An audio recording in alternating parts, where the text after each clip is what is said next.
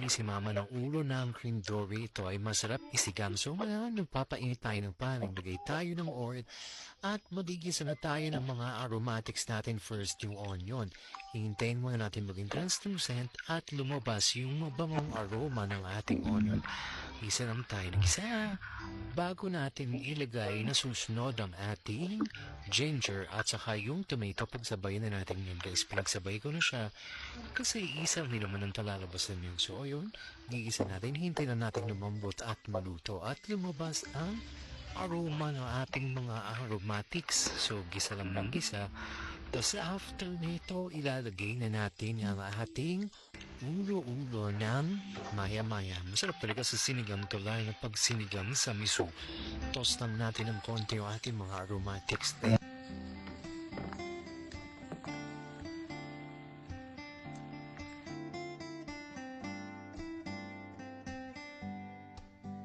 Okay, so ngayon dahil okay ng ating mga aromatics, ilalagay na natin yung mga chop na ulo ng cream dory.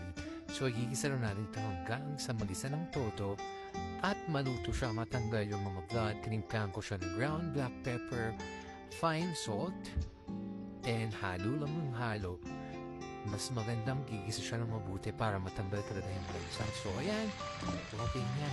Ngayon, haluin lang natin ng konti. Then, nalagyan natin siya ng fish sauce. Ayan, pampatanda din ng sa fish sauce. Yan lang muna natin siya mag-simmer at lumabas ng todo yung mga lansa, matanggal. Then lalagay natin siya ng konting water para sa kanyang sabaw. At ayan, ulit natin siya mag-simmer. Ayan, super kulo na siya. Sobrang sarap. Mabilis naman ito maluto guys. Basta kumulong siya ng konti at maigisa na lang ng todo. Matatanda naman yung lansa ng ska. So ito, taste test. Okay na, konting tabang fat. Titimplahan parado siya ng McCormick sinigang mix. McCormick, baka naman.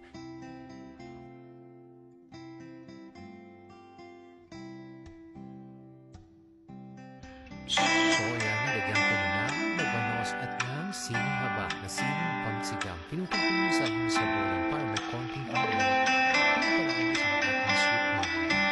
So, yan guys, malapit ito na.